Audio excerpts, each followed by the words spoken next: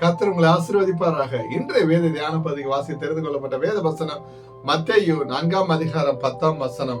அப்பொழுது இயேசு, அப்பாலே போ சாத்தானே, உன் தேவனாகிய கர்த்தரை பணிந்து கொண்டு அவர் ஒருவருக்கே ஆராதனை செய்வாயாக என்று எழுதியிருக்கிறது என்றார். ஆமென், ஹல்லேலூயா. கிறிஸ்துவுக்குள் பிரியமானவர்களே, சாத்தான் உலக செல்வங்களையும் அதிகாரங்களையும் கொடுப்பதாக ஆசை வார்த்தைகள் கூறினாலும் வழிபாடு மற்றும் ஆராதனை தேவன் ஒருவருக்கே என்று இயேசு கிறிஸ்து ஆணித்தரமாக இவ்வசனத்தில் குறிப்பிடுகிறார்.